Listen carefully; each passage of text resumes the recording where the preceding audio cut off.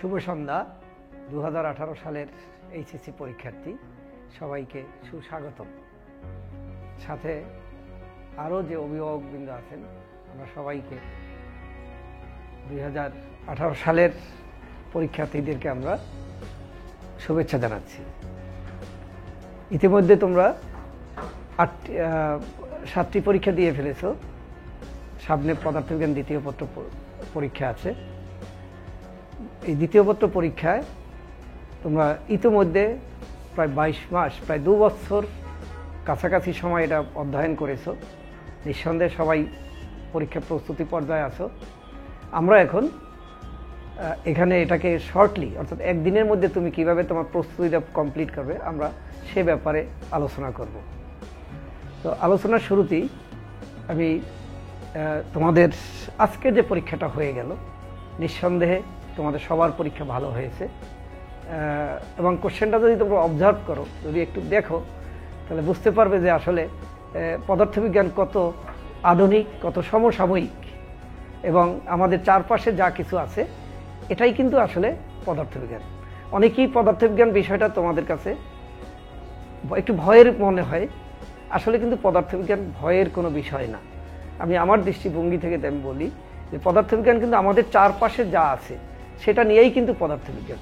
আজকের যদি তুমি কোশ্চেনটা দেখো সবগুলো কোশ্চেনই যদি তুমি এখানে খেয়াল করো, তাহলে দেখবে যে এর মধ্যে প্রত্যেকটা কোশ্চেনের মধ্যে মজা আছে।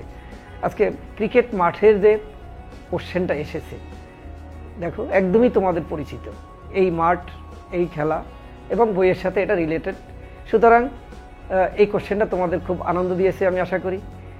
এর মধ্যে দেখো একদমই তুমি গাড়ি দিয়ে চলো, দেখো এই ক্রিকেট মাঠে অর্থাৎ 2 নম্বর কোশ্চেনের অনুধাবনের কোশ্চেনটা যদি একটু খেয়াল করো, আমরা গাড়ি দিয়ে কিন্তু সবসময় লং জার্নিতে যাই, চিটাগাং যাই, রাজশাহী যাই, আমরা সবসময় কিন্তু খেয়াল করি রাস্তার পাশে আমাদের কিলোমিটার স্টোনগুলো আছে।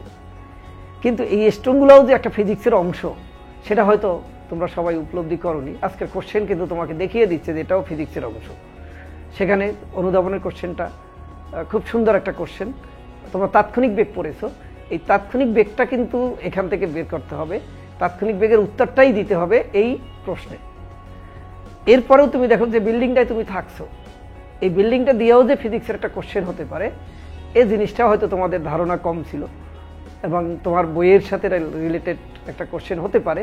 তো সুতরাং আমি আশা করি আজকের পরীক্ষায় তোমাদের ভালো হওয়ার সাথে সাথে তোমরা উৎসাহিত হয়েছো।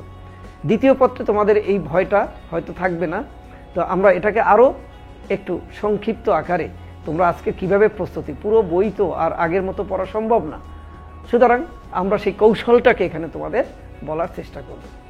শুরুতেই যদি আমি তোমাদেরকে একটু নিয়ে যাই, যে তোমরা সবাই জানো এই বিষয়টা, যে এখানে প্রাথমিকভাবে আমরা জানি যে আমাদের প্রত্যেকটা সিকিউ কোশ্চেনে ক, খ, গ, ঘ 4টা অংশ থাকে।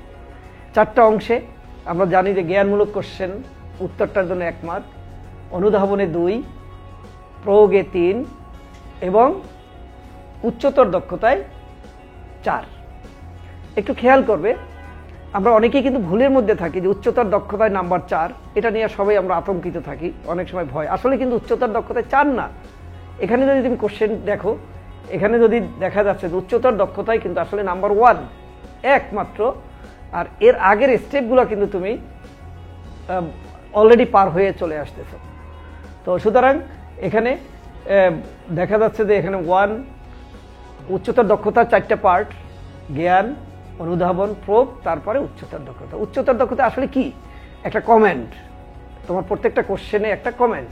যেমন আজকেই যদি আমরা ক্রিকেট খেলায় যে সে কট আউট হবে কিনা, ক্যাচ আউট করা সম্ভব কিনা, ইয়েস অর নো, হ্যাঁ, এখানে একটু আমি তোমাদেরকে একটু বলবো যে আসলে কোশ্চেন অ্যান্সার করার সময় আমরা একটু খেয়াল করলেই কিন্তু হয়, ক্যাচ আউট হবে, হবে না, একটা তো উত্তর হবে। তো সুতরাং কেন ক্যাচ আউট হবে, তোমরা খেলা বুঝো।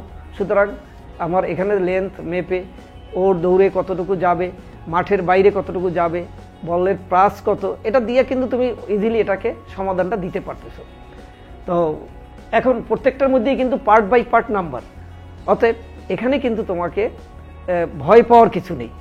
অতএব এই 4টা অংশই তুমি যদি খেয়াল করে লেখো তাহলে আমার মনে হয় কোনো ছেলেই খারাপ করার কথা না।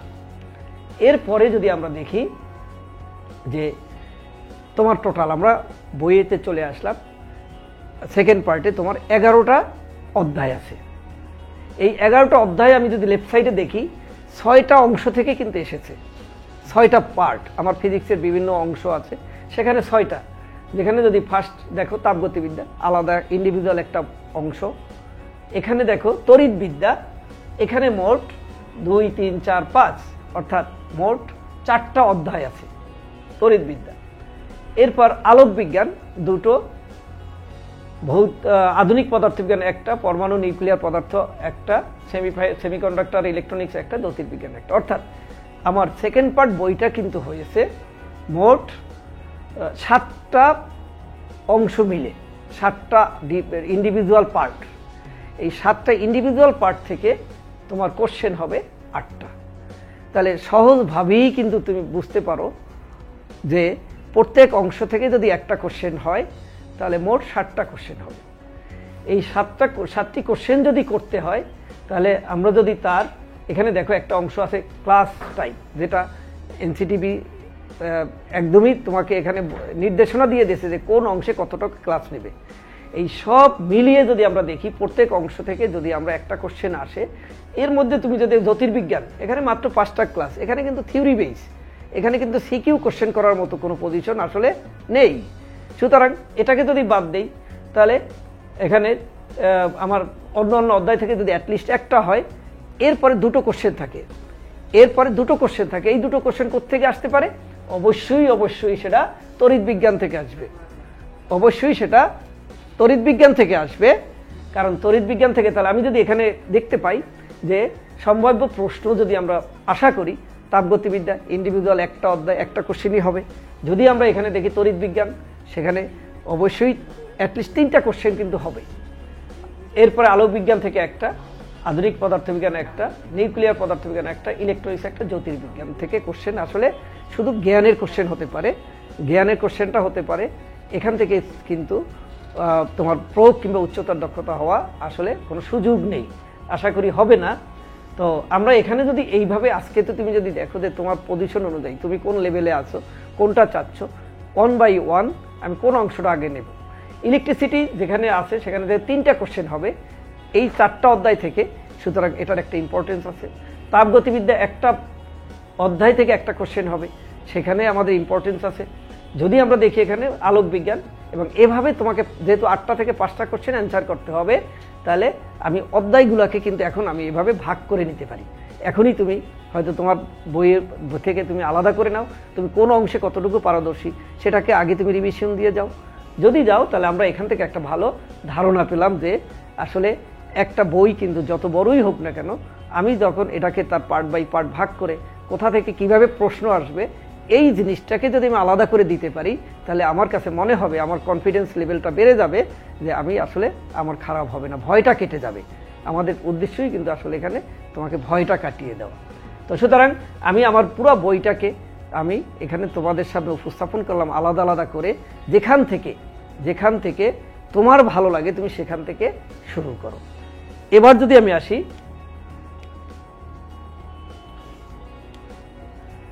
আমরা যদি যাই প্রত্যেকটা প্রশ্নেই, আজকে দেখো তুমি কিন্তু একা না, তোমার সাথে আমাদের টেক্সটবুক বোর্ড আছে, মন্ত্রণালয় আছে, শিক্ষা বোর্ড আছে, আমরা শিক্ষকরা আছি, অভিভাবক আছে, সবাই মিলেই কিন্তু তোমার সাথে আমরা আছি, তুমি একা নয়। সুতরাং তোমরা দেখবে প্রত্যেকটা বই এনসিটিভি যে বইগুলা যে তার একটা কারিকুলাম দিয়েছে, সেখানে কিন্তু পরিষ্কারভাবে কিন্তু কিছু গাইডলাইন দিয়ে দিয়েছে। আমরা চাইলেই কিন্তু আমাদের মতো করে কোশ্চেন করতে পারি না, আমরা চাইলেই কিন্তু মন গড়া কোশ্চেন করতে পারি না। আমাদের কিছু টাইম ব্যারিয়ার আছে, কিছু সিস্টেম ব্যারিয়ার আছে, এই ব্যারিয়ারের মধ্য থেকেই কোশ্চেনটা করতে হয়। তোমরা এখানে বইতে ঢুকলেই তুমি দেখবে যে প্রত্যেকটা বইয়ের শুরুতেই কিন্তু সিলেবাস দেওয়া আছে, আবার বই লেখার সময় কিন্তু আবার ওই সিলেবাসটা বোঝানোর জন্য কিছু বাড়তি কথা লেখা হয়। অতএব আজকের দিনের জন্য তোমার কিন্তু বাড়তি পড়ার কোনো সুযোগ নেই, বাড়তি লেখার সুযোগ নেই, কারণ যে বাড়তি জায়গাটা আছে এটাকে থেকে কোশ্চেন হবে না। আবার প্রত্যেকটা অধ্যায়কে তুমি যদি ভাগ করো তাহলে দেখবে যে সিকিউ কোশ্চেন হওয়ার জন্য কিন্তু আসলে খুব বেশি জায়গা নেই। আমি যদি একটু আস্তে আস্তে আমরা আগাই তাহলে আমরা একটু পরে দেখব যে আসলে কোন লেভেল থেকে কতটুকু কোশ্চেন হবে। এখানে দেখবা যে প্রত্যেকটা বইয়েই কিন্তু এনসিটিভি টেক্সট বুক বোর্ডের নির্দেশনা অনুযায়ী কিন্তু বইয়ের শেষে আমার সারাংশ দেওয়া আছে। এই সারসংক্ষেপের মধ্যে যে কথাগুলো আছে এগুলোই কিন্তু আসলে জ্ঞানের কোশ্চেন। আমরা শিক্ষক হিসাবে তোমাকে বলবো যে তোমরা আসলে কিন্তু অনেকেই জ্ঞান অনুধাবনের কোশ্চেনটাকে অ্যাভয়েড করো কিংবা এটাকে কঠিন মনে করো। হুবাহু বইতে যেটা আছে সেটাও কিন্তু তোমরা আসলে অনেক সময় ভুল করো কিংবা এড়িয়ে যাওয়ার চেষ্টা করো। কিন্তু আমরা যদি প্রত্যেকটারই কোশ্চেনের মধ্যেই যদি তুমি দেখো যে জ্ঞানের কোশ্চেন অর্থাৎ সারসংক্ষেপ যেটা আছে এটাই কিন্তু জ্ঞান, শুধু সারসংক্ষেপ না। আমি যদি এরপরে যদি দেখি যে জ্ঞানমূলক কোশ্চেনের রুদ্ধতা প্রক্রিয়া একটা বইয়ের মধ্যে পার্ট বাই পার্ট সারসংক্ষেপের মধ্যেই কিন্তু সব কিছু আছে। এর সাথে শুধু যুক্ত করতে হবে তোমাকে ইউনিটগুলো দেখতে হবে, সিম্বলগুলো দেখতে হবে। এখানে যদি তা অভ্যন্তরীণ শক্তি, রুদ্ধতাপীয় প্রক্রিয়া, প্রত্যাবর্তী প্রক্রিয়া, অপ্রত্যাবর্তী প্রক্রিয়া, এই জিনিসগুলো কিন্তু এখানে একদম সাজানো আছে। এবং যতগুলা আমার জানা মতে 22টি বই আছে তোমাদের, কিন্তু প্রত্যেকটারই কিন্তু কন্টেন্ট সেম, প্রত্যেকটারই কিন্তু বিভিন্ন অংশে যা যা যে যতটুকু লিখবে এটার একটা লিমিটেশন আছে। অতএব এই লিমিটেশনকে তারা কিন্তু লক্ষ্য করেই সবাই বই লিখেছে। বইতে কিন্তু আসলে কন্টেন্ট সেম হওয়ার কারণে কেউ বেশি কম লিখতে পারেনি, হয়তো ভাষাগত কিছু চেঞ্জ হতে পারে। অতএব আমরা জ্ঞানমূলক কোশ্চেন এখানে যে কোনো একটা বই থেকে তুমি যেটাই পড়ো না কেন তার সারসংক্ষেপটা দেখলে এবং তার সাথে যদি এককগুলো থাকে তাহলে কিন্তু তোমার দেখা যাবে যে তোমার পক্ষে জ্ঞানের কোশ্চেনটা হয়ে গেল। এই জ্ঞান ছাড়া কিন্তু তুমি প্রয়োগে যেতে পারবে না, জ্ঞান ছাড়া কিন্তু তুমি উচ্চতর দক্ষতায় যেতে পারবে না। এই জ্ঞান উচ্চতর দক্ষতা জ্ঞানে যেতে হলে তোমাকে কি করতে হবে? সমীকরণগুলো জানতে হবে। এখানেও কিন্তু তুমি দেখো যে বইয়ের মধ্যে প্রায় সকল বইতেই কিন্তু এই সমীকরণগুলো দেওয়া আছে। এখন এই সমীকরণ দেখে অনেক সময় তোমার ভয় লাগবে যে এতগুলো সমীকরণ আমি কিভাবে মনে রাখবো। হ্যাঁ, তোমার এতগুলো সমীকরণ আসলে প্রয়োগ কিংবা উচ্চতর দক্ষতার জন্য প্রয়োজন নেই। তাহলে কি করবে? তুমি এখানে আন্ডারলাইন করো যে আসলে আমার গণিত প্রয়োগের ক্ষেত্রে উচ্চতর দক্ষতার জন্য মূলত আমার কোন সমীকরণগুলো দরকার। আমি এখানে হাইলাইট করে দেখেছি যে আসলে তোমাদের এই যে সিভির একটা সমীকরণ, এখানে কিছু কোশ্চেন হতে পারে। হ্যাঁ, এরপরে মোস্ট ইম্পর্টেন্ট যে অংশটা তোমার প্রয়োগ এবং উচ্চতর দক্ষতার জন্য, সেখানে কিন্তু দেখবে 3টা জায়গা যদি তুমি হাইলাইট করো তাহলে দেখা যাবে যে তোমার এখানে আর কোনো সমস্যা থাকার কথা না। আবার এর মধ্যে কিন্তু কিছু বাড়তি সমীকরণ আছে যেগুলো তোমার এখানে পরীক্ষায় আজকে শেখার জন্য মোটেই নেই। কারণ আজকে তোমার এই কোশ্চেন ওই অংশ থেকে আসার কোনো সিকিউ কোশ্চেন হওয়ার কোনো সুযোগ নেই, কিংবা ওই অংশগুলো কিন্তু তোমার বহু নির্বাচনী প্রশ্নেও আসবে না। কেন আসবে না? কারণ এগুলো কিন্তু এই আমরা যদি এখানে দেখি যে তোমার তাপমাত্রার স্কেলের সমীকরণ, এটা কিন্তু তোমরা 9-10-এ পড়ে এসেছো। এটা জাস্ট তোমাকে তোমার অন্যান্য কোশ্চেনগুলোকে ইনভলভ করার জন্য, ডেভেলপ করার জন্য এগুলো দেওয়া হয়েছে। কিন্তু এই কোশ্চেনগুলো কিন্তু তোমার আর এখন মনে রাখা খুব জরুরি না। এর মধ্যে দেখো এখানে রোধের আছে, অনেকগুলো বিষয় আছে, এগুলো বাদ দিয়ে এখানে যে বিষয়গুলো আছে এখান থেকে তুমি বেছে বেছে নাও কোন জিনিসগুলো তোমার ইম্পর্টেন্ট এবং কোন সমীকরণগুলো আসতে পারে। তাহলে আমরা রাইট সাইডে যে সমীকরণগুলো আছে মূলত এই সমীকরণগুলাই তোমার এই পরীক্ষার জন্য আমার মনে হয় খুব ইম্পর্টেন্ট। এগুলোর মধ্যে আবার প্রয়োগের ক্ষেত্রে দেখবা যে দক্ষতা, এন্ট্রপি কিংবা গামা, হ্যাঁ, কোএফিসিয়েন্ট যেটা সিভি, এই মানগুলো যদি তুমি জানতে পারো তাহলে কিন্তু তোমার জন্য খুব সুবিধা হবে। আচ্ছা, তাহলে এখানে তোমার এই ইকুয়েশনগুলো কিন্তু তোমার এট এ গ্লান্স যদি তুমি দেখো, এট এ গ্লান্স যদি তুমি এটাকে দেখতে পারো তাহলে এর মধ্যে তুমি একটু বাছাই করে নাও যে আমার কোন সমীকরণগুলো প্রয়োজন, কোনটা কোনটা আবার কাজে লাগতে পারে, কিভাবে কাজে লাগতে পারে একটু দেখো। হ্যাঁ, তাহলে কাজে দেখো এখানে। তাহলে তোমার কিন্তু দেখো আমি এতক্ষণ যে বললাম তোমার জ্ঞানের জায়গাটা তোমার কিন্তু ক্লিয়ার হয়ে গেল। এটা কিন্তু শুধু জ্ঞান। এখান থেকে তোমার একটা সমীকরণ তুলে দিয়েও জ্ঞানের কোশ্চেন হতে পারে, একটা সমীকরণ তুলে দিয়ে তোমার বহু নির্বাচনী প্রশ্নের মধ্যে দিয়ে দিতে পারে। অতএব তোমাকে এখানে 5-7টা সমীকরণ যদি তুমি জেনে নিতে পারো তাহলে কিন্তু তোমার কোথায় লাগতেছে?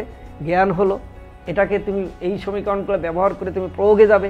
এই সমীকরণের প্রয়োগ থেকেই তুমি আমার উচ্চতর দক্ষতার কমেন্ট বা মন্তব্য বা যেটা চাবে সেটা তোমরা শেষ করতে পারবে। তাহলে আমরা একটা অধ্যায়কে আমি যখন প্রথমে দেখলাম কি পুরো বইকে আমি অধ্যায় ভাগ করে নিলাম, এই আবার যে অধ্যায়টাই তুমি প্রথমে নেবে সেই অধ্যায়টাকেও কিন্তু আমি আবার একটু ভাগ করে নিলাম যে জ্ঞানের কোন অংশটুকু প্রয়োগে কিভাবে যাব, উচ্চতর দক্ষতায় আমরা কিভাবে যাব। এখানে তুমি যদি দেখো একটু যে আসলে প্রয়োগ উচ্চতার দক্ষতা যদি বইয়ের ভিতর থেকে নাও, পুরো বই থেকে তো আসবে না, কোথা থেকে আসতে পারে? তাপগতিবিদ্যার প্রথম সূত্র, দ্বিতীয় সূত্র, এই সমীকরণ দুইটাকে তুমি নিবে। যদি কার্নো ইঞ্জিন, হ্যাঁ, এই কার্নো ইঞ্জিনটা সম্পর্কে একটু জানো, এর উপরে কোশ্চেন হবে। এই কার্নো ইঞ্জিন ব্যবহার করেই কিন্তু আবার দক্ষতার কোশ্চেন হবে, হ্যাঁ। আর মাঝখানে আসবে কি? এন্ট্রপি। তাহলে এবার যদি তুমি একটু দেখো এখানে যে তোমাকে প্রয়োগ এবং উচ্চতর দক্ষতায় যেতে গেলে তোমাকে আগের স্লাইডগুলো যদি তুমি জেনে আসতে পারো বা একটা ধারণা নিতে পারো, তুমি যদি 2 ঘন্টার সময় এখানে ব্যবহার করো, তাহলে আমার মনে হয় এই অধ্যায় তোমার জন্য যথেষ্ট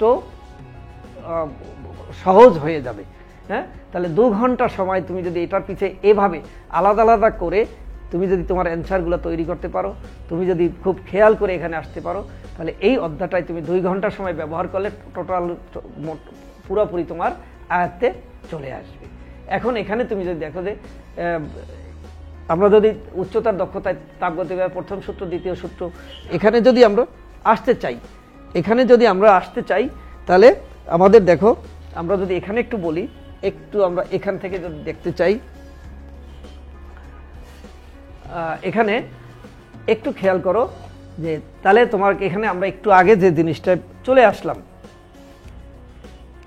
এখানে যে সমীকরণগুলো আছে এই সমীকরণের ভিতরেই যে সিপি কি, সিভি কি, হ্যাঁ, তারপরে এখানে এদের মধ্যে রিলেশনটা কি। এখন তোমরা অনেক সময় কিন্তু আমরা দেখছি যে ছেলে মেয়ে কোশ্চেন আসার সময় আমরা অনেক সময় দেখি যে কোশ্চেন যখন আসে আমরা দেখেছি অনেকে যে CP is greater than CV, এটা যখন আসে অনেকে পারে না। কিন্তু তুমি কিন্তু একটু আগে এখানে দেখেছো CP minus CV is equal to কিন্তু আর, আর মানে কনস্ট্যান্ট। তাহলে CP is equal to CV plus R, তার মানে কি দাঁড়ালো যে CP is equal to CV. তার মানে যদি সিভি সাথে অন্য একটা কনস্ট্যান্ট যোগ করার পর কিন্তু তোমার দেখা গেলো সিপি সমান হলো, তাহলে সিপি সমান যদি এখানে হয়ে যায় তাহলে অবশ্যই এর যে কোনোটার চাইতে এটা বড় হবে, হ্যাঁ, যে কোনোটার চাইতে সিভি এটা তার চাইতে বড় হবে।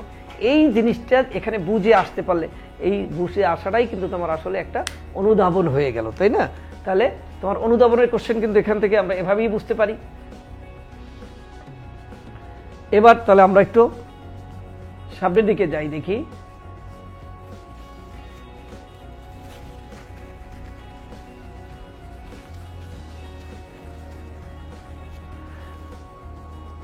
এরপরে এখানে তুমি যদি আবার একটু খেয়াল করো যে ওই যে প্রথম সূত্র আমরা বলি, তাপগতিবিদ্যার সূত্র বলেছিলাম,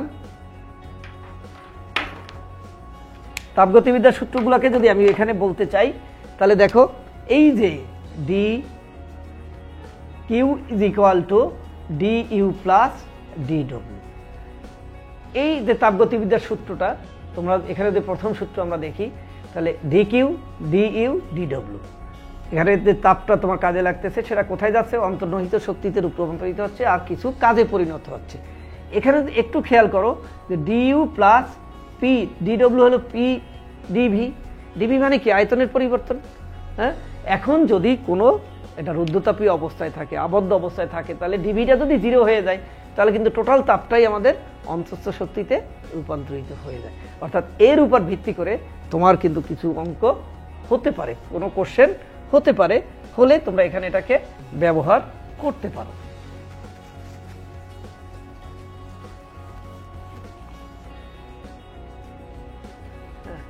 তো এখানে একটু তোমরা খেয়াল করো, তাহলে আমরা তাপগতিবিদ্যার মধ্যে যদি আমরা এখানে দেখি তাহলে কিন্তু আমরা একটা চ্যাপ্টার আমার কাছে কতটুকু সহজ হয়ে গেল আমরা কিন্তু এখানে বুঝতে আর কোনো দ্বিধা থাকলো না। ওকে, ঠিক আছে। তো এখানে আমরা যদি এর পরের স্লাইডে চলে যাই, আমরা কিন্তু এর পরে আমাদের দ্বিতীয় অধ্যায়, প্রথম অধ্যায় যদি আমরা বলি এখানে, তাহলে আমরা প্রথম অধ্যায়ে কিন্তু আমরা ক্লিয়ার হয়ে গেলাম যে আমাদের তাপগতিবিদ্যায় আর কোনো সমস্যা থাকলো না। হ্যাঁ, এখানে আমরা কিছু প্রবলেম সলভ করতে পারি। প্রবলেম সলভটা কিভাবে আসবে একটু খেয়াল করো। এখানে খুব জরুরিভাবে আমাদের একটু প্রয়োজন, সেটা হলো যে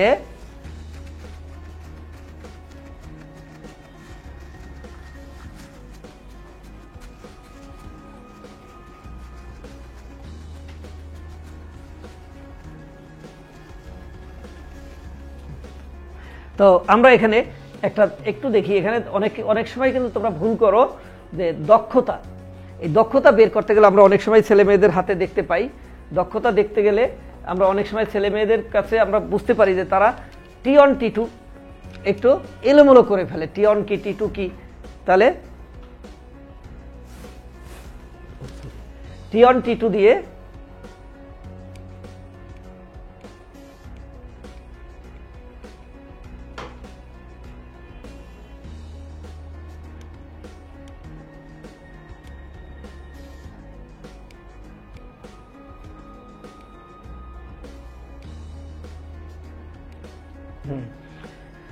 আমরা এখানে অনেক সময় সবসময় খেয়াল করবে যে দক্ষতাকে আমরা ইটা দিয়ে প্রকাশ করি, ইটা কিন্তু অলওয়েজ কি হবে, লেস দ্যান 1 অর ইকুয়াল 1। আমরা জানি যে আসলে দক্ষতা কিন্তু 100% হয় না, কিংবা 100%-এর বেশি হওয়া সম্ভব না। এখন আমরা উৎস এবং তাপ গ্রাহক দুটোর মধ্যে কখনোই কিন্তু গ্রাহকের তাপমাত্রা উৎসের চাইতে বেশি হয় না। তাহলে এক্ষেত্রে কিন্তু অনেকেরই আমরা দেখি, অনেক ছেলে মেয়েই ভুল করে ফেলে যে T2 অর্থাৎ 1 মাইনাস T1 বাই T2 লিখে ফেলে, অর্থাৎ T1 কিন্তু ইজ গ্রেটার দ্যান যদি T2 হয় তাহলে তো এটা হবে না। তাহলে এখানে এই সমীকরণটা অনেক ক্ষেত্রেই আমরা অনেক খাতার মধ্যেই অনেক সময় পাই, তারা ভুল করে। এখানে দেখা যাবে যে রেজাল্টটা একটা নেগেটিভ চলে আসে অথবা বড় হয়ে যায়। তাহলে এখানে অবশ্যই হবে কি 1 মাইনাস T2 বাই T1, অর্থাৎ আমার দক্ষতা এখানে খেয়াল, যদি অঙ্কটা করার পরে তুমি খেয়াল করো, দক্ষতা কিন্তু কখনো 1-এর বেশি হবে না। এবং যেহেতু এটা ফ্র্যাকশন হয় সেজন্যই কিন্তু এটাকে 100 দিয়ে গুণ করে এটাকে শতকরা হারে প্রকাশ করা হয়। আবার একটু খেয়াল করো, এটা তো তাপমাত্রা দিয়ে, আবার ইটার সমান কি হতে পারে, Q1 minus Q2 divide by Q1, অর্থাৎ এটা 1 মাইনাস Q1 বাই Q2। তাহলে তুমি একটা তাপ এবং তাপমাত্রা দিয়ে ইটার সমীকরণ যদি বের করতে পারো, এই তাপ এবং তাপমাত্রার মধ্যে রিলেশনটাও কিন্তু আমরা এখান থেকে পেয়ে যেতে পারি এবং পেয়ে থাকি। তাহলে আমরা এখানে ইটা equal to Q1 minus Q2 by Q বা T1 বা T2 দিয়া আমরা কিন্তু দক্ষতা, এই দক্ষতাটা কোথায়, আমরা একটা কার্নো ইঞ্জিনের ক্ষেত্রে হতে পারে, হ্যাঁ, দক্ষতাটা এই কার্নো ইঞ্জিন এবং দক্ষতা এক করে একটা সমীকরণ হয়ে যেতে পারে। সুতরাং আমরা যদি এই জিনিসগুলোকে এখানে একটু খেয়াল করি, তাহলে আমার মনে হয় তাপগতিবিদ্যা যে চ্যাপ্টারটা আছে এখান থেকে একটা কোশ্চেন আমরা যদি একদম সহজেই পেতে পারি, তাহলে আমরা জ্ঞান, অনুধাবন এবং প্রয়োগ উচ্চতার দক্ষতা আমরা কিন্তু ইজিলি পেতে পারি এবং আশা করি পাবো ইনশাল্লাহ। তো আমরা যদি এখন দেখি তাপগতিবিদ্যার পরে দ্বিতীয় চ্যাপ্টার হলো কি আমার স্থির তড়িৎ। তাহলে স্থির তড়িতে ওই একইভাবে যদি আমরা চলে আসি, যে স্থির তড়িতেও দেখা যাবে কি যে এখানে আমাদের জ্ঞানমূলক কোশ্চেন, হ্যাঁ, জ্ঞানমূলক কোশ্চেনগুলো কিন্তু এখানে আমাদের আছে। ইজিলি আমরা এখানে দেখতে পারি স্থির তড়িতে জ্ঞানমূলক কোশ্চেনের মধ্যে বইয়ের লাস্টে আমার সার সংকেত যেখানে আছে সেখানে কিন্তু তুমি এখানে দেখবে প্রথমে আসছে চার্জ, হ্যাঁ, এরপরে আসছে বিন্দু চার্জ, এবং অনেক সময় কিন্তু এই বিন্দু চার্জ থেকেই কিন্তু অনুধাবনের কোশ্চেনটা চলে আসবে। বিন্দু চার্জ কিসের উপর নির্ভর করে আমরা অনেক সময় কিন্তু তখন আর খুঁজে পাই না যেটা উত্তর আসলে কি হতে পারে। বিন্দু চার্জ আসলে কি, যে যখন ক্ষুদ্র মানের দুটো চার্জ, হ্যাঁ, পরস্পর হতে খুব ক্ষুদ্র দৃষ্টিতে দূরত্বে অবস্থান করে, তখন একটাকে আরেকটার কি বলা হবে, বিন্দু চার্জ বলা হবে। তাহলে বিন্দু চার্জ কিন্তু চার্জের পরিমাণটা ছোট হবে আর মাঝখানে ডিস্টেন্সটা ক্ষুদ্র হবে। তাহলে অনেক সময় আমি দেখেছি যে তোমরা এই উত্তরটা দিতে পারো না। অর্থাৎ বিন্দু চার্জ বলতে গেলে, বিন্দু চার্জ কিসের উপর, বিন্দু চার্জটা বলেছো যে দূরত্বটা যদি খুব ক্ষুদ্র হয়, চার্জের আকার বা আয়তনের তুলনায় দূরত্বটা যদি খুব ক্ষুদ্র হয় সেটাকে আমরা বিন্দু চার্জ বলবো। বাট বিন্দু চার্জ এই সংজ্ঞার মধ্যেই কিন্তু তার নিয়ামক আছে, হ্যাঁ, উপাদান আছে, আমার কিসের উপর নির্ভর করে, তাহলে ডিস্টেন্স ক্ষুদ্র হবে আর চার্জটা ছোট হবে। এটার জন্যই কিন্তু আসলে এটাকে বিন্দু চার্জ বলা হয়। আমরা অনেক সময় বলি এই বিন্দুর ধারণাটাও কিন্তু আমাদের মধ্যে অনেক ক্ষেত্রেই, বিন্দুর ধারণাটা কিন্তু আমাদের মধ্যে অনেক সময় ভুল ধারণা, যে বিন্দুর এখনো আমরা একসময় জানতাম বিন্দু মানে হলো যার দৈর্ঘ্য প্রস্থতা নেই সেটা বিন্দু না। এই কথাটা কিন্তু সঠিক না, কারণ এটা কিন্তু একটা ডিস্টেন্সের উপর ডিপেন্ডেন্ট। আমরা আকাশের তারকাটা দেখি, তারকাটা বিন্দু ছোট মনে হয়, এটাকে আমরা বিন্দু বলি, কিন্তু আসলে কিন্তু এই তারকাটা কিন্তু অনেক বড়। কি কারণে ছোট মনে হচ্ছে, এটা আমি যেখান থেকে দেখছি সেখান থেকে ডিস্টেন্সটা অনেক দূরে, এই দূরত্বের কারণে বস্তুটা ছোট হয়ে গেছে। তুমি আরও সুস্পষ্টভাবে দেখবা যখন একটা এরোপ্লেন এয়ারপোর্টে দেখি আমরা অনেক প্যাসেঞ্জার নিয়ে এসে এটা দাঁড়িয়ে আছে, যখন সে এটাকে উপরে উঠতেছে তখন আস্তে আস্তে উপরে যাচ্ছে, প্লেনটা ছোট হয়ে যাচ্ছে। কি কারণ? আমার থেকে ডিস্টেন্সটা বেড়ে যাচ্ছে। অতএব বিন্দু মানেই কিন্তু যে খুব ক্ষুদ্র হবে, দৈর্ঘ্য প্রস্থ ভেদ নেই, কারণ এখন অনেক আধুনিক মাইক্রোস্কোপ আছে যেটা দিয়ে আমরা দৈর্ঘ্য প্রস্থ উচ্চতা মাপতে পারি। তো সুতরাং বিন্দু শুধুমাত্র তাদের মধ্যবর্তী দূরত্বের কারণে, এর আকার আকৃতিটা ছোট হওয়ার কারণেই কিন্তু সেটা বিন্দু হয়ে যায়, এবং ওইখানে যে পরিমাণ চার্জ থাকে সেটা বিন্দু চার্জ। এবং নিয়ামকটা কি? আকার খুব ছোট হবে আর তাদের মধ্যবর্তী দূরত্বটা কম হবে। এই চার্জের উপর ভিত্তি করেই কিন্তু আসলে এই একটু খেয়াল করলে পাবে, চার্জের উপর ভিত্তি করেই কিন্তু কুলম্বের সূত্রটা আসছে। হ্যাঁ, কুলম্বের সূত্র দুটো চার্জের মধ্যবর্তী যে আকর্ষণ কিংবা বিকর্ষণ বল যেটা হবে সেটাই কিন্তু কুলম্বের সূত্র। তাহলে এই আকর্ষণ বিকর্ষণ দুটো জিনিসের উপর ডিপেন্ড করবে। এক হলো চার্জ দ্বয়ের পরিমাণ, আর হলো তাদের মধ্যবর্তী দূরত্ব। তাহলে ওই চার্জ দ্বয়ের মধ্যে সম্পর্কটা কি? সমানুপাত। এখান থেকে কিন্তু একটা জ্ঞানের কোশ্চেন হতে পারে, চার্জের সাথে কুলম্ব ফোর্সের সম্পর্কটা কি? সমানুপাত। কারণ চার্জ দ্বয়ের গুণফল আর মধ্যবর্তী দূরত্বের বর্গের ব্যস্তানুপাতিক। তাহলে এখন অনেক সময় দেখবা যে আমাদের যদি কোশ্চেন হলে তোমরা অনেক সময় পারো না, অনেক সময় খেয়াল করো না যে চার্জের সাথে কুলম্ব ফোর্সের সম্পর্কটা কি, চার্জের সাথে কুলম্ব ফোর্সের সম্পর্কটা কি? তাহলে সমানুপাত। চার্জের মধ্যবর্তী দূরত্বের সাথে কুলম্ব ফোর্সের সম্পর্কটা কি? বর্গের ব্যস্তানুপাতিক। হ্যাঁ, তাহলে একটু যদি খেয়াল করো এখানে যে F is equal to Q1 Q2 by D square. তাহলে এখান থেকে যে জ্ঞানের কোশ্চেন কিংবা অনুধাবনের কোশ্চেন হতে পারে সেই জিনিসটা তোমাকে ভাবতে হবে। এর মধ্যেই দুটো F is proportional to Q1 Q2 divide, আর একটা হলো F is proportional to 1 by D square. তাহলে এখান থেকে দুটো অনুধাবনের কোশ্চেন হতে পারে। হ্যাঁ, এটা বহু নির্বাচনীতে হতে পারে, এটা কিন্তু তোমার জ্ঞানের সিকিউর মধ্যেও হতে পারে। এই কুলম্ব ফোর্স থেকেই কিন্তু আস্তে আস্তে তুমি আসতে পারো এই দুটো চার্জের মধ্যে যখন একটা একক ধন চার্জ হবে, অর্থাৎ একটা ফিল্ড তৈরি করার জন্য কিন্তু তোমাকে একটা চার্জ দিলে তার চারপাশে একটা ক্ষেত্র তৈরি হবে। ক্ষেত্র মানে কি? হ্যাঁ, যে এরিয়ার মধ্যে, যে লেভেলের মধ্যে সে অন্য বস্তুকে আকর্ষণ কিংবা বিকর্ষণ করবে, হ্যাঁ, যে তার প্রভাবটা বজায় থাকবে, সেটা হলো তার ক্ষেত্র। এই ক্ষেত্রের মধ্যে অন্য একটা যে কোনো মানের চার্জ আনলে, হ্যাঁ, Q2 এটা হবে, যেখানেই একটা চার্জ রাখবে সেখানেই কিন্তু তার চারপাশে একটা ক্ষেত্র তৈরি হবে। সেই ক্ষেত্রের মধ্যে যদি তুমি অন্য একটা চার্জকে রাখো, তাদের মধ্যে যে আকর্ষণ বা বিকর্ষণ বলটা হবে, কারণ সেম চার্জ হলে বিকর্ষণ হবে, অপোজিট চার্জ হলে আকর্ষণ হবে, এটা হলো কুলম্ব ফোর্স। এর মধ্যে যে চার্জটাকে তুমি এখানে নিয়ে আসলে সেটা যদি 1 একক হয়, তখন আর সেটাকে আমরা কুলম্ব ফোর্স না বলে তখন আমরা তাকে কি বলি? প্রাবল্য বলি। হ্যাঁ, তাহলে প্রাবল্য হওয়ার শর্ত কি? যে দুটো চার্জের মধ্যে একটা অবশ্যই 1 হতে হবে। তাহলে প্রাবল্য হওয়ার শর্ত হলো দুটো চার্জের মধ্যে একটা কি হতে হবে? 1 হতে হবে। তাহলে দেখো এখানে যদি আমরা আসি, তাহলে দুটো চার্জের মধ্যে একটা কি হবে? 1 একক হবে, বাকি আর একটা চার্জ দিয়ে কি হবে? ক্ষেত্র তৈরি হবে। তাহলে তুমি এখান থেকে দেখো, আমরা যদি এখানে আসি, তাহলে চার্জের, হ্যাঁ, আমরা যেটা এখানে পেলাম যে এক চার্জ থেকে, হ্যাঁ, বিন্দু চার্জ থেকে কুলম্ব ফোর্স, এই কুলম্ব ফোর্স থেকেই কিন্তু আবার তড়িৎ প্রাবল্য চলে আসলো, তড়িৎ প্রাবল্য। তাহলে কুলম্ব ফোর্স এবং তড়িৎ প্রাবল্য দুটোর মধ্যে ডিফারেন্সটা খুঁজে বের করো একটু, যে তড়িৎ প্রাবল্য যখন তুমি পাবে তখন তোমার কি লাগবে? এটা একক ধন চার্জ লাগবে, তাই না? তাহলে দুটো চার্জ যখন একটা একের বেশি হবে তখন তাদের মধ্যে যে বলটা সেটা হলো কুলম্ব ফোর্স, আর এর মধ্যে যখন একটা একক ধন চার্জ চলে আসবে তখন সে হয়ে গেল কি? সে হয়ে গেল প্রাবল্য। তাহলে ফোর্স এবং প্রাবল্য আসলে বেসিক কোনো পার্থক্য নেই। বেসিক পার্থক্য কোথায়?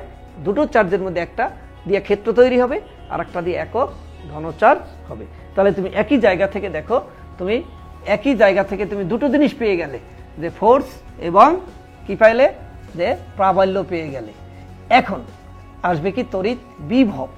বিভব যদি তোমার চলে আসে এখানে, তাহলে বিভব যদি পেতে চাও, বিভব মানে হলো কিন্তু কাজ। হ্যাঁ, কাজ এক জায়গা থেকে আরেক জায়গায়, যদি আরেক জায়গায় আমরা সরে যেতে চাই, এক জায়গা থেকে আরেকটা জায়গায় সরালে যে কাজ হয় সেটা কিন্তু তোমার প্রাবল্য, বিভব। তাহলে বিভব যদি হয় তাহলে এক বলটা যেটা কাজ করবে, বিভব যদি কাজ যদি হয় তাহলে ডব্লিউ যদি আমরা বলতাম এটা হলো কি বল ইন্টু সরণ।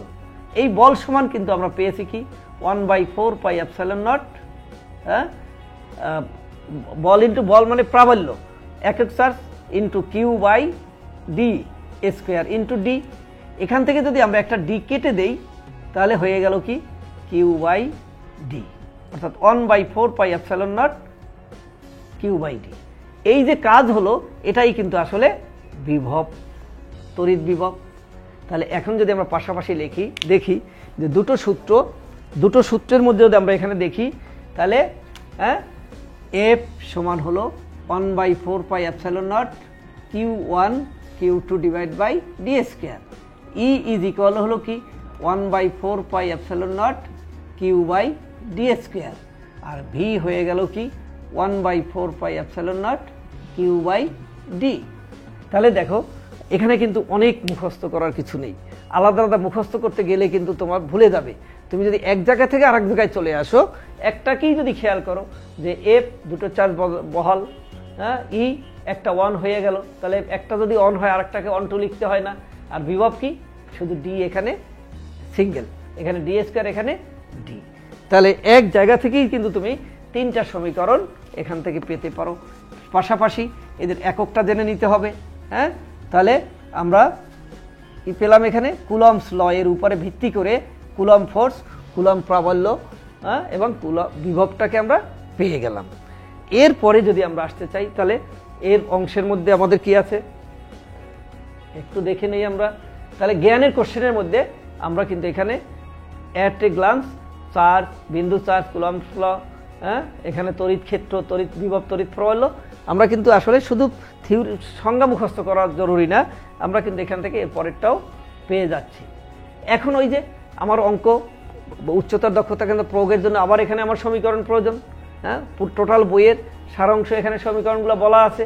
তাহলে এখান থেকেও আমার আগের মতো কি সব সমীকরণ জানা প্রয়োজন? সবটাকে আমি মুখস্থ করব না, সবগুলো আমাকে মুখস্থ করতে হবে না। তাহলে আমি এই সব সমীকরণ বইয়ের বোঝারের সারসংক্ষেপে যেখানে দেওয়া আছে সেখান থেকে আমরা বেছে নেই যে কোন সমীকরণগুলো আমার আসলে মূলত আমার গুণে, আমার প্রয়োগ কিংবা উচ্চতর দক্ষতায় প্রয়োজন হতে পারে। তাহলে দেখো কুলম্ব ফোর্স, হ্যাঁ, আমরা বিভবের কথা বলেছি, প্রাবল্যের কথা বলেছি। এরপরে আরেকটা জায়গায় চলে আসবে এখানে যে ধারকের কথা আসবে। সেকেন্ড টাইম আমার এখানে কি আসলো, ধারকের একটা প্রসঙ্গ আসলো, চার্জ ধারণ ক্ষমতা এখানে আসবে। ধারকের আবার কোন অংশটুকু দরকার, হ্যাঁ, ধারক সংযোগের ক্ষেত্রে এখানে মনে রাখতে হবে, আমরা যখন ধারক বলবো তখন কিন্তু খুব খেয়াল করতে হবে যে ধারক কিন্তু আর তড়িৎ চালক বল এক না। এটা যদি হয় তাহলে কিন্তু ধারক হলো না, কি হয়ে গেল, তড়িৎ চালক বল হয়ে গেল। আর ধারকের ক্ষেত্রে কি হবে, এটা সমান। এটা খেয়াল করতে হবে। আমরা অনেক সময় কিন্তু তোমরা খেয়াল করো না, কোনো এঁকে দাও, একটা ছোট একটা বড় হয়ে যায়। তাহলে এটা হলো একটা সমান্তরাল পাত ধারক, এটা হলো কি একটা তড়িৎ চালক বল। তাহলে এই ধারক যদি আসে, একাধিক ধারক থাকলে এরা যদি আমি একাধিক ধারককে এভাবে যোগ করি তাহলে এটা হলো শ্রেণী কারেকশন। আর আমি যদি এটাকে দুটো দিয়ে একটা আলাদা সংযোগ দিয়ে এভাবে আমি একটা এক্সটার্নাল তড়িৎচালক বল প্রয়োগ করি তখন সেটা হলো সমান্তরাল। আর এখানে দিলে কি হবে, হ্যাঁ, তাহলে এটা হয়ে গেল কি সিরিজ কানেকশন। তাহলে এটাকে আমরা C1 C2 বলতে পারি, এটাকে আমরা C1 C2 বলতে পারি।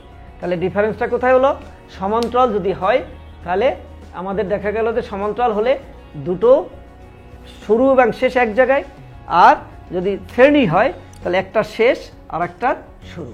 শ্রেণী হলে কি হলো, একটা শেষ আর একটা শুরু।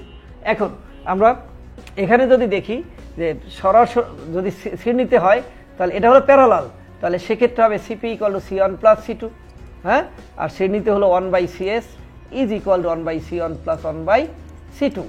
একটু খেয়াল করো, অনেক সময় আসে যে দুটো ধারককে বা একাধিক, নট অনলি টু, যদি অনেকগুলো ধারক আমি এখানে ইউজ করতে চাই তাহলে অনেকগুলো ধারক ইউজ করতে চাইলে সেখানে অনেক সময় আসে তাদের এই মিলিত যে রেজাল্টটা পাবো এই সিপিটাকে বলা হবে কি C1 এবং C2 এর তুল্য ধারকত্ব।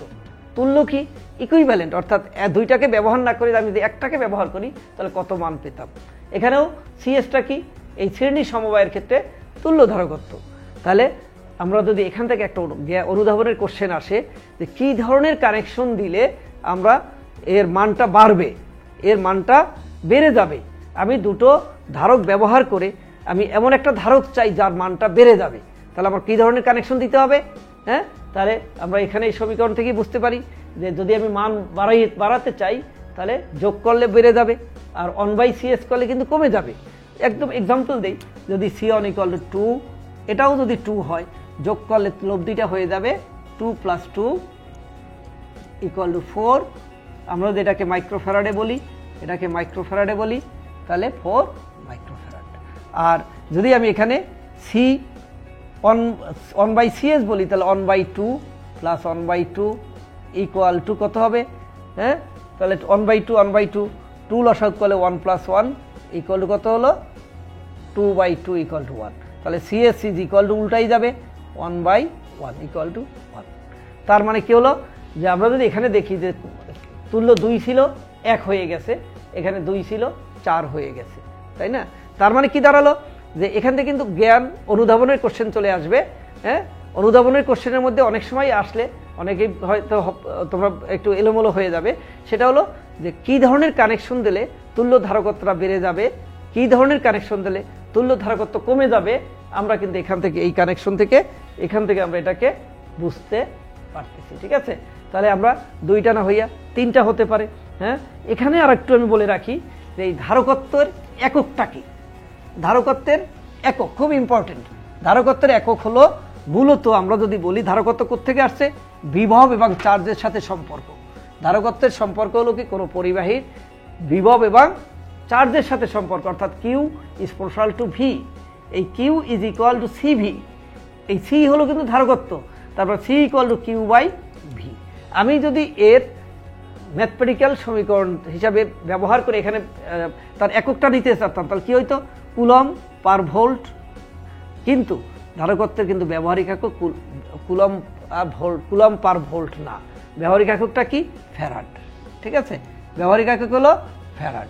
এখন ফ্যারাডও মানটাও কিন্তু একটা বড় মান, সেজন্য কিন্তু এর আরও ছোট করে আমরা কখনো কখনো ফ্যারাডকে মাইক্রোফ্যারাডে আবার কখনো পিকোফ্যারাডে ব্যবহার করি। কারণ 1 মাইক্রোফ্যারাড মানে হলো 10⁻⁻6 ফ্যারাড, আর 1 পিকোফ্যারাড মানে 10⁻⁻12 ফ্যারাড। তার মানে এইটা কিন্তু জ্ঞানের কোশ্চেন আসবে। হ্যাঁ, জ্ঞানের কোশ্চেন যে পিকোফ্যারাড বড় না মাইক্রোফ্যারাড বড়, হ্যাঁ, কতটুকু বড়, কতটুকু কে কোন পর্যায়ে আমরা এখানে ক্যালকুলেশন করব। তাহলে মাইক্রোফ্যারাড, পিকোফ্যারাড, ফ্যারাড। তাহলে ধারকত্বের ব্যবহারিক একক হলো মূলত ফ্যারাড, তার আরও ছোট কিছু একক আছে, সেগুলো পিকোফ্যারাড এবং মাইক্রোফ্যারাড। তাহলে এখন আমরা এখানে যদি দেখি এই দুটো আমরা কি করলাম, ধারকের শ্রেণী এবং সমান্তরাল সমবায় শিখলাম, বাট আমরা তো মিশ্র হতে পারে, অর্থাৎ একই বর্তনীর মধ্যে সিরিজ প্যারালাল দুটোই থাকতে পারে। হ্যাঁ, এবং প্রায়ই দেখবে বিভিন্ন সময় বিভিন্ন কোশ্চেনের আসে এই বর্তনী চিত্র দিয়ে আসে। এখন যদি আমরা এরকম করে একটা ধারক, আমরা যদি অনেকগুলো ধারককে যদি আমি এখানে দিয়ে এভাবে যুক্ত করে দেই, তাহলে এখানে কি পাচ্ছি আমরা? এটা একটা মিশ্র ধারক হয়ে যাচ্ছে, তাই না? কারণ সিরিজ আছে, আবার এরা কি হচ্ছে? প্যারালাল হয়ে যাচ্ছে। যদি এটা 4 মাইক্রোফ্যারাড, এটা 8 মাইক্রোফ্যারাড, এটাকে যদি আমরা বলি হ্যাঁ 2 মাইক্রোফ্যারাড, এটাকে আমরা 4 মাইক্রোফ্যারাড বলি। তাহলে এখানে আমি দিয়ে দিলাম কি E = 12 ভোল্ট। এখন এটা কিন্তু তোমার হয়ে গেল একটা সিকিউ কোশ্চেন হয়ে গেল, তাই না? এটা একটা সিকিউ কোশ্চেন হয়ে গেল। এখন জ্ঞান অনুধাবন এখান থেকে, হ্যাঁ একটু মনে রাখা দরকার, জ্ঞান অনুধাবন কিন্তু এই চ্যাপ্টার থেকে নাও আসতে পারে, না আসার সম্ভাবনা থাকে। এটা অন্য অধ্যায় থেকে জ্ঞান অনুধাবন দিতে পারে।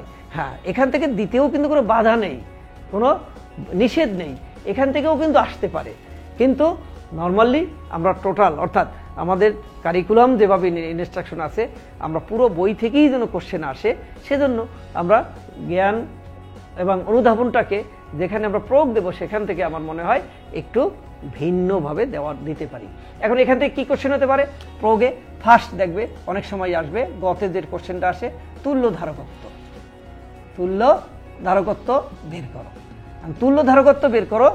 এরপরে হয়তো এখানে গতে আসতে পারবে যে কোন অংশ থেকে তোমার তড়িৎচালক বল কত হবে, অথবা এর চার্জ কতটুকু চার্জ প্রবাহিত হবে। তাহলে এটাকে আবার ঘতে চলে আসতে পারে।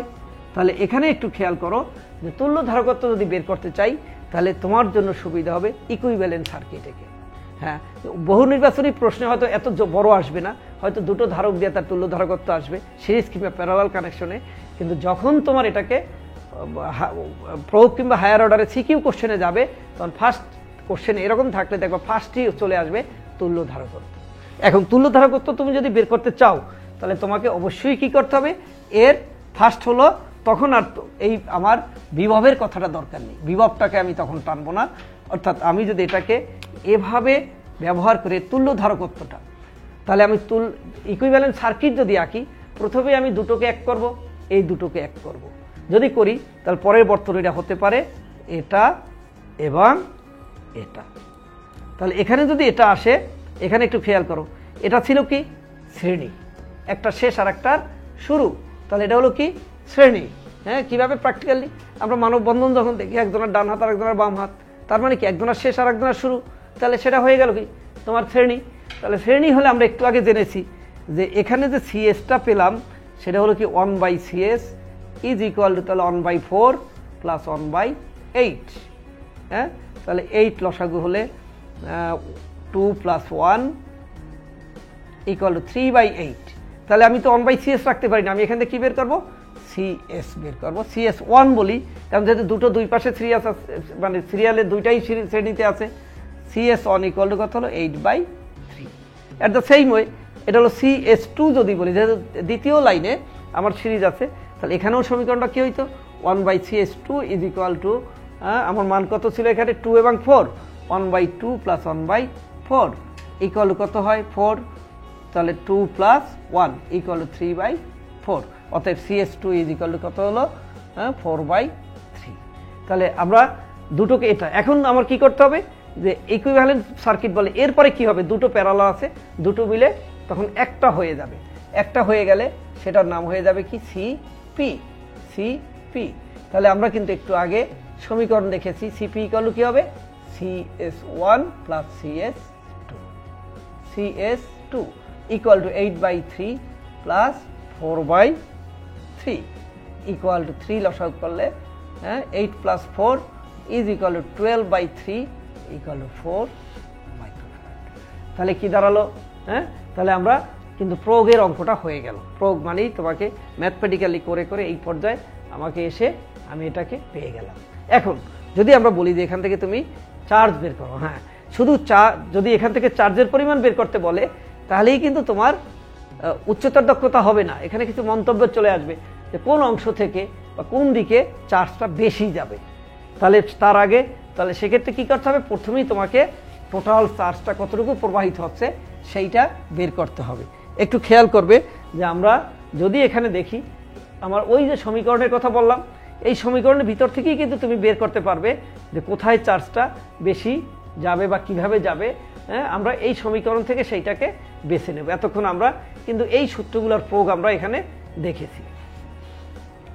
এবার দেখো, তাহলে আমরা এখানে যদি বলি যে আমরা চার্জ কোন দিকে বেশি যাবে, কোথায় বেশি যাবে, কিভাবে যাবে, তাহলে ফার্স্ট আমাকে কিউ বের করতে হবে। তাহলে কিউ ইকুয়াল টু আমরা জানি কি CV। হ্যাঁ, এখানে ছিল কি সিপি, একবার লাস্টলি আমরা সিপি ছিল সিপি ইন্টু ভি। হ্যাঁ, তাহলে আমি সমীকরণে খুঁজে নেব যে আমার কি ডাটা দেওয়া আছে এবং সেটার জন্য কোন সমীকরণটা অ্যাপ্রোপ্রিয়েট। হ্যাঁ, তাহলে আমরা সিপি পেয়ে গেলাম কত 4 আর এটা ছিল 12 ইকুয়াল টু 48 কি। এখন এখানে একটু দেখো, আমরা আগে যদি ওইটাকে পিকোফ্যারাডে রাখে মাইক্রোফ্যারাডে রেখে আমি কিন্তু এখন মান বসাতে পারবো না। তাহলে আমি এখানে 4 মাইক্রোফ্যারাড পেয়েছিলাম, এটা কিন্তু 4 মাইক্রোফ্যারাড ছিল। তাহলে আমার এটাকে ফ্যারাডে নিতে হবে, 10⁻⁶ ফ্যারাড বলতে হবে। তাহলে এখানে 4 ইন্টু কী করতে হবে, এটা একটু খেয়াল করতে হবে, এই ভুল করলে কিন্তু নাম্বার পুরো পাবে না। তাহলে আমি কিন্তু তুল্য ধারকত্ব যখন বের করেছি তখন কিন্তু মাইক্রোফ্যারাড দিয়েই আমি বের করেছি। আমার কোনো অসুবিধা নেই, যা দেওয়া আছে সেই ইউনিট। কিন্তু আমি যখন চার্জ বের করতে চাচ্ছি তখন আমার দেখতে হবে যে দুটো ইউনিট আবার সেম সিস্টেমে কিনা, হ্যাঁ, একই পদ্ধতির মধ্যে আছে কিনা। তাহলে আমি সেখান থেকে দেখতেছি যে না, ওই যে একটা ভুল করে ফেলছিলাম কিন্তু, হ্যাঁ, যে আমার মাইক্রোফ্যারাডে রেখে দিয়ে আমি ভোল্টের সাথে গুণ করেছি, কিন্তু সেটা হবে না। তাহলে মাইক্রোফ্যারাডকে আমার ফ্যারাডে কনভার্ট করতে হবে, তারপরে এসে আমাকে বলতে হবে তাহলে এখানে কি হলো 4 4 12 48 ইন্টু 10⁻⁻6, তখন এটা হয়ে যাবে এত কুলম্ব। হ্যাঁ, এখন গেল এখান থেকে আমার কোন দিকে কতটুকু আমার চার্জ যাবে, কোন দিকে কতটুকু যাবে। তাহলে এই দিকের তুল্যধারা কত ছিল 8/3 ইন্টু আমার কি চলে আসবে বিভব তো 12 ঠিক ছিল, এই দিকে কি হবে 4/3 ইন্টু 12। তাহলে এইটা গুণ করলেই কিন্তু আমি এখানে চার্জের পরিমাণটা বের করলে আমরা দেখতে পাচ্ছি যে আসলে ক্যালকুলেশন করলেই তোমার কাছে সুস্পষ্ট হবে যে কোন দিকে আমার বেশি চার্জ যাচ্ছে। তাহলে আমরা তখন এটাকে যদি মার্কিং করে দিতাম, হ্যাঁ, দুইটার পথকে যদি আমি আলাদা আলাদা করে দিতে পারতাম, তাহলে দেখা যাইত যে আমার এখানে চার্জ কোন দিকে কিভাবে কতটুকু যাচ্ছে। হ্যাঁ, তাহলে বন্ধুরা বোঝা যাচ্ছে যে আসলে আমার ওই যে জ্ঞান অনুধাবন সেটাকে আমি কিভাবে এখানে প্রয়োগ করব। তাহলে আমরা যদি এখানে একটু দেখি, তাহলে একটু দেখো আবার যে আমি এইটাকে যদি আবার আসি, হ্যাঁ, আবার যদি আমরা এখানে একটু আসতে চাই, তাহলে একটু দেখো আমরা কোথায় ছিলাম, স্থির তড়িতে, তাই না? তাহলে স্থির তড়িৎ যদি আমরা দেখি, তাহলে আমরা প্রথমে জ্ঞানের কোশ্চেন কোথা থেকে নিলাম, হ্যাঁ, বইয়ের ভিতরে সারসংক্ষেপের ভিতরে আমরা যখন দেখলাম যে এই বিষয়গুলোই কিন্তু আমার এখানে কাজে লাগতেছে। এরপরে আমি এখানে যে এটা জ্ঞানেরও কোশ্চেন, আবার এই সমীকরণটা থেকে বেশি আমার কিন্তু প্রয়োগ কিংবা উচ্চতর দক্ষতায় যেতে হচ্ছে। তাহলে আমরা 2 নম্বর অধ্যায় যারা স্থির তড়িৎ, সেখানে কিন্তু আমরা কিছু দেখার চেষ্টা করলাম এবং শর্ট করে নিয়ে আসলাম। হ্যাঁ, তাহলে আমার 11টা অধ্যায়, প্রত্যেকটার জন্য আমি এখনই কিন্তু সময়টা ভাগ করে নেব, সময় ভাগ করে, অর্থাৎ হ্যাঁ, অলরেডি তোমাদের কিন্তু পরীক্ষা শেষ হয়েছে একটায়, বাসায় গিয়েছো, কিছু রেস্ট নিয়েছো, হ্যাঁ, নিঃসন্দেহে এখন পড়তে বসেছো তোমরা, এবং পড়াটাকে সিরিয়াস করার জন্যই কিন্তু আমি আস্তে আস্তে এটাকে ভাগ করে নিয়ে আসতে পারতেছি। তাহলে হ্যাঁ, এর সাথে কিন্তু আর কিছু যোগ হবে, দ্বিমেরু। দ্বিমেরু শব্দটা কিন্তু তোমাদের জন্য খুবই ইম্পর্টেন্ট। দ্বিমেরু কি, হ্যাঁ, দ্বিমেরু ভ্রামক কি, হ্যাঁ, তারপরে এই দ্বিমেরু বের করার ক্ষেত্রে গিয়ে কিছু সমীকরণ আছে, যদিও এটা একটু আরো উপর লেভেলে একটু স্ট্যান্ডার্ড হয়ে যায়, তবুও যেহেতু তোমার সিলেবাসে আছে তোমাকে কিন্তু সেই জিনিসটা শিখতে হবে। তাহলে আমরা এতক্ষণ 2টো অধ্যায় আমরা দেখতে পেলাম সুন্দর করে, 2টো অধ্যায়ের মধ্যে যতটুকু সারসংক্ষেপ আছে আমরা এটাকে দেখলাম, ঠিক আছে? তাহলে হ্যাঁ, এরপরে যদি আমরা আসি, এরপরে দেখো আমরা যদি চলে যাই চলতড়িৎ, ধারাবাহিকতা আছে একটা, তাই না? তাহলে আমরা এরপরে আসবো কোথায়, যে 3 নম্বর অধ্যায়, যেটা ভেরি ভেরি ইম্পর্টেন্ট। তাহলে আমরা কিন্তু অলরেডি একটু খেয়াল করো, আমরা 5টা কোশ্চেন অ্যান্সার করতে হবে, 2টো কোশ্চেন কিন্তু আমরা পেয়ে গেলাম। কোথায়? একটা তাপগতিবিদ্যায়, হ্যাঁ, আমরা খুব শর্টলি আমরা দেখলাম কতটুকু জায়গা, ওখানে কিন্তু সিকিউ কোশ্চেন 2টা জায়গার বেশি নেই। হ্যাঁ, আমরা ধারকত্বে আসলাম, এখানেও কিন্তু আমার কোশ্চেন হওয়ার মতো বেশি জায়গা নেই। আচ্ছা, একটু এখানে আমার আরেকটু, আমরা হয়তো স্থির তড়িতে আরেকটু জিনিস রয়ে গেছে, যে আমরা যদি দেখি, একটু দেখো যে এখানে কিন্তু আরেকটু জিনিস আমাদের আছে, কুলম্বের বিভব প্রাবল্য বের করার জন্য কিন্তু খুব ইম্পর্টেন্ট কিছু জায়গা আমরা ছেড়ে গিয়েছিলাম। আবার আমি একটু মনে করাই দিচ্ছি যে সেখানে দেখো বিভব বের করতে হয়, প্রাবল্য বের করতে হয়, সেক্ষেত্রে কিন্তু আবার 3 ধরনের ফ্রেম আছে। একটা হলো যে কোনো একটা রেখা 2 পাশে 2টো চার্জ আছে, হ্যাঁ, +10Q, আর একটা হয়তো -20 কুলম্ব চার্জ আছে।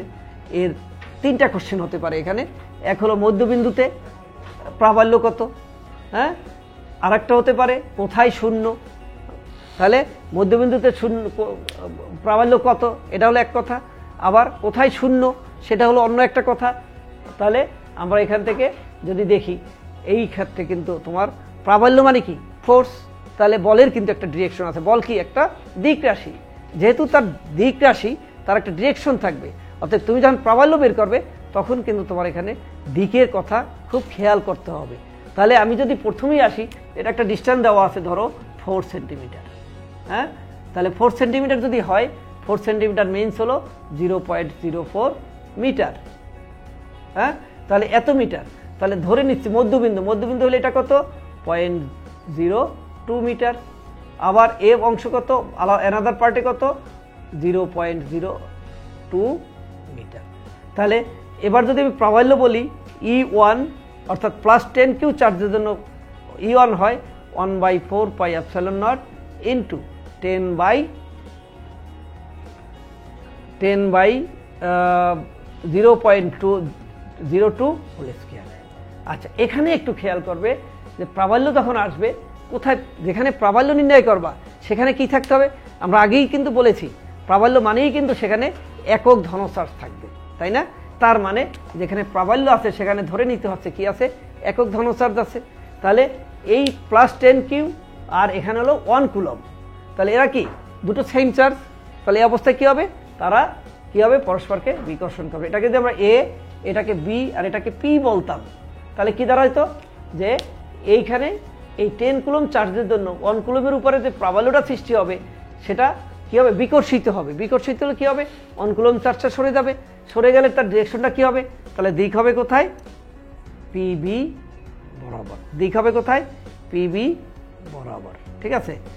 অ্যাট দ্য সেম ওয়েতে তুমি যদি দেখো যে আবার -20 কুলম্ব চার্জের জন্য এই পি বিন্দু প্রাবল্য হলে সেখানে যদি আমি E2 বলি, E2 ইকুয়াল টু একইভাবে 1/4πε0 20/0.02 হোল স্কয়ার। তাহলে একটু মনে রাখবা, যেহেতু আমি ডিরেকশন আলাদা করে বলে দিচ্ছি সেই জন্য কিন্তু এখানে প্রাবল্য বের করার সময় প্লাস মাইনাস চার্জ কিন্তু কখনো আসবে না, প্লাস মাইনাস চার্জ কখনো আসে না। তাহলে না আসলে আমরা এখানে দেখো E1 E2, তাহলে E2 এর ডিরেকশনটা কোন দিকে হবে, যেহেতু এটা মাইনাস এটা প্লাস, তাহলে কি হবে, আকর্ষণ হবে। আকর্ষণ হলে এটাও কিন্তু পিবি বরাবরই হবে, তাহলে দিক হবে কত, পিবি বরাবর। মজার বিষয় দেখো এখানে যে আমার দুটোই কিন্তু পিবি বরাবর, তার মানে দুটো ফোর্সই কিন্তু একই দিকে ক্রিয়া করতেছে, তার মানে তাদের লব্ধিটা কি হবে, তাদের যোগফল। হ্যাঁ, যখন দুটো ফোর্স একদিকে কাজ করবে, লব্ধি ফোর্সটা যদি ই হয়, E = E1 + E2, E1 + E2। ওকে, তাহলে দুটো অপোজিট চার্জ যদি মাঝখানে যদি কোনো বিন্দু থাকে তাহলে কিন্তু তাদের লব্ধি প্রাবল্যটা হবে কি, দুটোর যোগফল। এখন যদি দুটোই প্লাস হতো, দুটো প্লাস হলে কি হইতো, হ্যাঁ, দুটো প্লাস হলে এই ডিরেকশনটা পিবি বরাবর হতো না, ক্যালকুলেশন সেম, বাট ডিরেকশনটা হয়ে যেত তখন পিএ বরাবর। হ্যাঁ, তাহলে দেখো যে দুটো সেম চার্জ হলে ডিরেকশন দুই দিকে হবে, দুই দিকে ডিরেকশন হলে তাদের কি হবে, দুই দিকে ডিরেকশন হলে তাদের 180 ডিগ্রি হয়ে যাবে অ্যাঙ্গেল, 180 ডিগ্রি হলে লব্ধিটা তখন হয়ে যাবে কি, মাইনাস। মাইনাস আমরা এখানে ডিফারেন্স দেখব, কারণ কোনটা বড় তো আমি জানি না, আমি খেয়াল করি এটা হলো অল প্যারামিটার্স, এখানে এই অংশটুকু দুইটার জন্যই ফিক্সড সেম আছে, তাহলে যে পাশে 20 আছে সেটা বড়, তার মানে এটা হয়ে যাবে কি, E2 - E1। তাহলে দুটো পয়েন্ট পেলে এখানে যে যদি সেম অপোজিট চার্জ হয়, যদি অপোজিট চার্জ হয় তাহলে কি হবে, অপোজিট চার্জের কারণে একদিকে তার প্রাবল্যটা কাজ করবে, সুতরাং তখন বেশি হবে, যোগ হবে। আর যদি দুটো সেম চার্জ হয় তার মধ্যে যদি কোথাও আমরা প্রাবল্য বের করি তাহলে কি হবে সেখানে, যে দুই দিকে 180 ডিগ্রি অ্যাঙ্গেলে বিপরীতমুখী ক্রিয়াশীল হলে তখন লব্ধিটা হয়ে যাবে তাদের বিয়োগফল। বিয়োগফল মানে বড়টা মাইনাস ছোটটা। তাহলে আমরা এখানে কিন্তু একটা এইখানে রেখেই যদি আমি বলতাম কোথায় শূন্য হবে, হ্যাঁ, কোথায় শূন্য হবে, তার মানে E1 E2 সমান, তখন কিন্তু আর মধ্যবিন্দু যেহেতু আমরা বলিনি, তখন আর এটাকে ধরে নিতে হবে যে ধরি x দূরত্বে, যে কোনো এক জায়গা থেকে x দূরত্বে, তাহলে অন্য জায়গা থেকে কি হইতো 0.04 - x, তাহলে ডিস্টেন্সটা কিন্তু তখন একইভাবে আমরা ডিরেকশনের কথা ঠিকই বলবো যে দুইটা দুই দিকে গেল, হ্যাঁ, কিন্তু x কোথায় শূন্য হবে, তখন লব্ধি প্রাবল্য কি হবে এখানে, হ্যাঁ, এই দুইটা ইকুয়াল হইলেই কিন্তু, ইকুয়াল যেহেতু দুটো অপোজিট ডিরেকশন আছে, ইকুয়াল হইলেই কিন্তু তাদের মানটা শূন্য হবে, তখন কিন্তু আমরা x এর মানটা এখানে ধর এই যে এখানে কি আছে, আমরা d² আছে, E1 E2 আছে, তখন কিন্তু আমার দেখতে হবে যে কোথায় গিয়ে আমি মানটা পেলাম, ঠিক আছে। তাহলে আমরা যখন প্রাবল্য পাবো সেক্ষেত্রে তোমার হতে পারে, হ্যাঁ, সেক্ষেত্রে হতে পারে যে আমার x এর মান ওই যে x² আছে, আমার সমীকরণের মধ্যে কি আছে 1/4πε0 q/x²। এখন এ পাশে একটা যদি x² হয় 1/4πε0, হ্যাঁ, q/, এখানে আমার যদি এটাকেই বলি 10 আর একটা যদি 20 হয় ডিভাইড বাই কী হবে 0.04 মাইনাস এক্স হোল স্কোয়ার। অতএব এই এখান থেকে 2 1/4 পাই এপসাইলন নট, এখানে 10 দিয়ে কাটলে 2 হলো, তাহলে এখানে হয়ে গেল 1/x স্কোয়ার আর 1/0.04 মাইনাস এক্স হোল স্কোয়ার। এটাকে এক পাশে যদি নিয়ে আসে 2 তাহলে ক্যালকুলেশন করলে এক্সের আমরা দুটো মান পাবো, প্লাস মাইনাস দুটো মান পাবো, একটা প্লাস মান আর একটা মাইনাস মান। এখন যদি তুমি ফিগারে দাও, আমি যদি এ চার্জ থেকে এ বিন্দু থেকে এক্স হলে এইদিকে পজিটিভ আর যে মাইনাস মান হলে সেটা পিছনে চলে আসবে, তাহলে সেক্ষেত্রে তুমি দেখবে যে একটা সামনের দিক গেল একটা পিছনের দিক চলে গেল। তাহলে যখন পিছনের গেল আমাকে এখানে খেয়াল করতে হবে কোথায় বিপরীতমুখী হচ্ছে।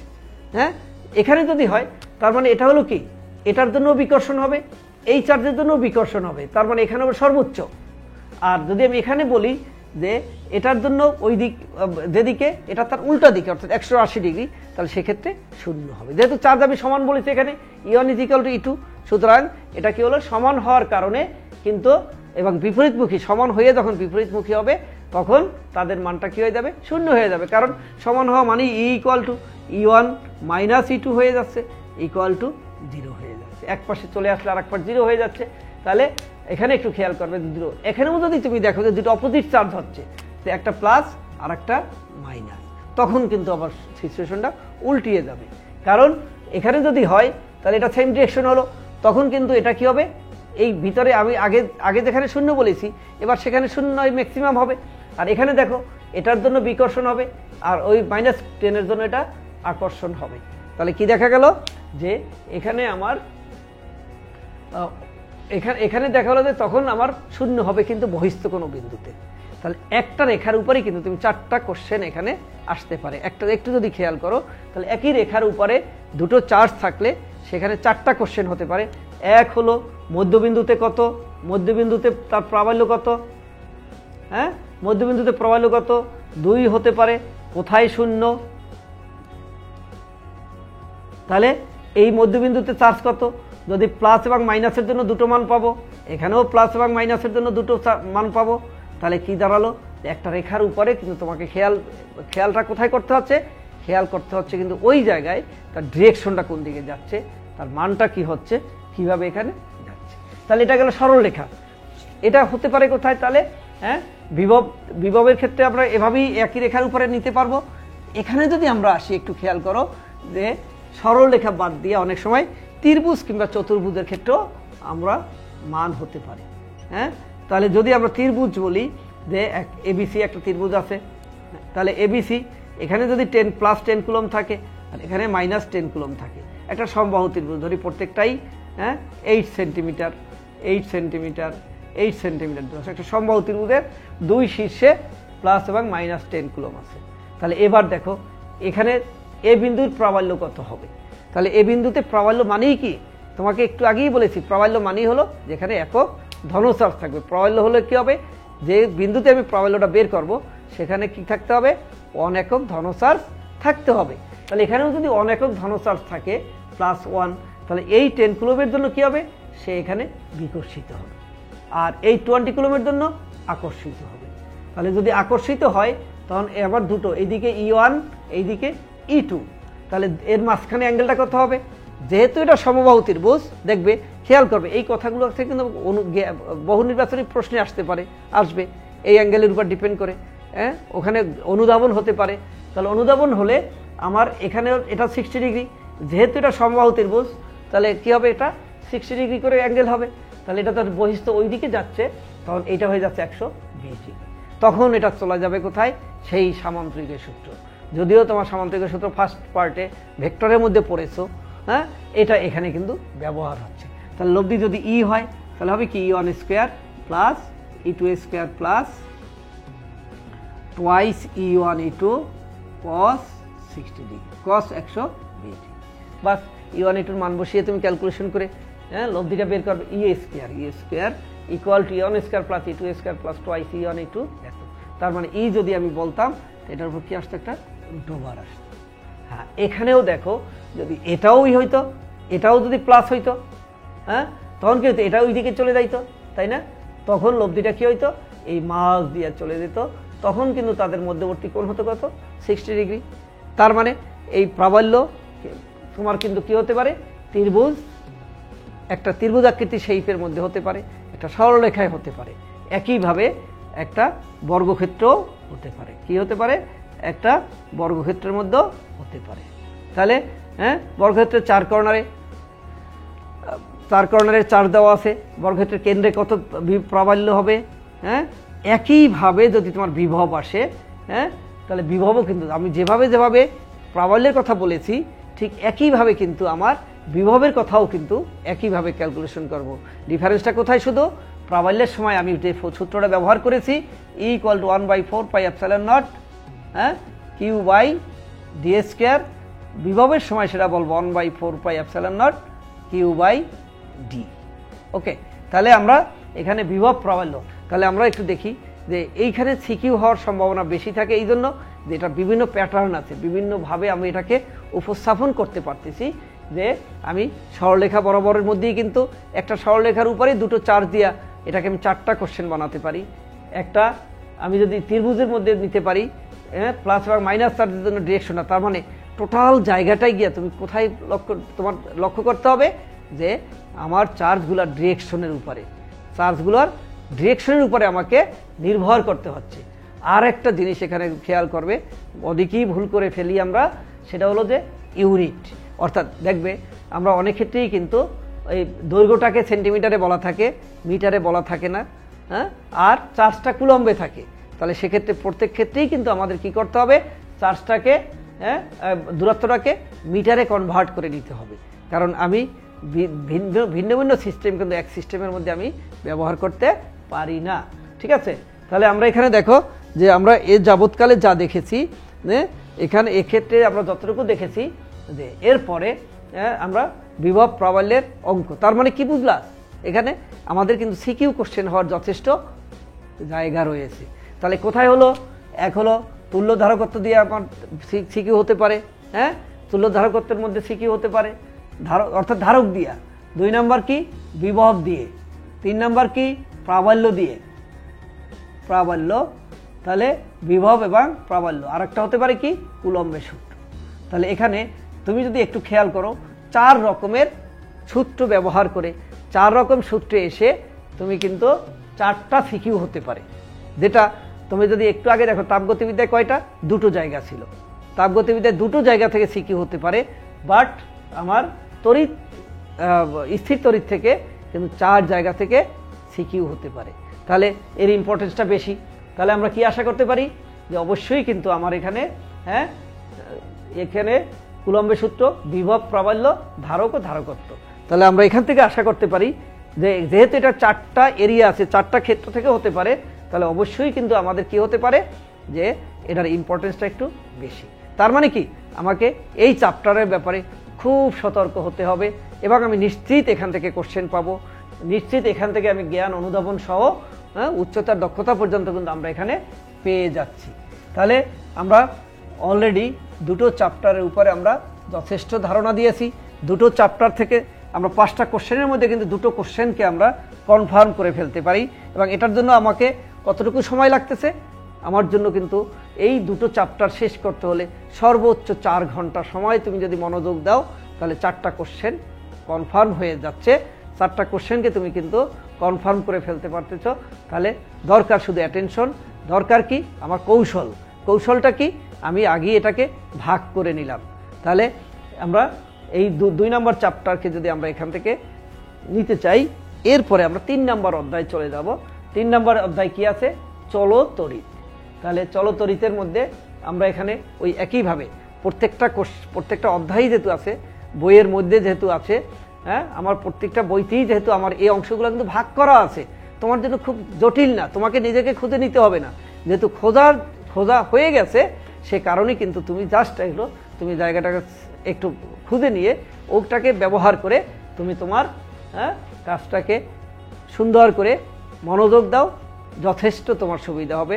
তো আমরা এই পর্যায়ে হয়তো আমরা একটু বিরতিতে যাব, আমরা পরে এসে বাকি অংশগুলো, অর্থাৎ আমরা কিন্তু 2টো প্রশ্ন শেষ করে ফেললাম। আমরা এরপরে 4, 5, 6 নম্বর প্রশ্ন কীভাবে আমার শেষ হবে, আমরা একটু বিরতির পরে এসে আবার তোমাদের সাথে কথা বলো। অনেক ধন্যবাদ।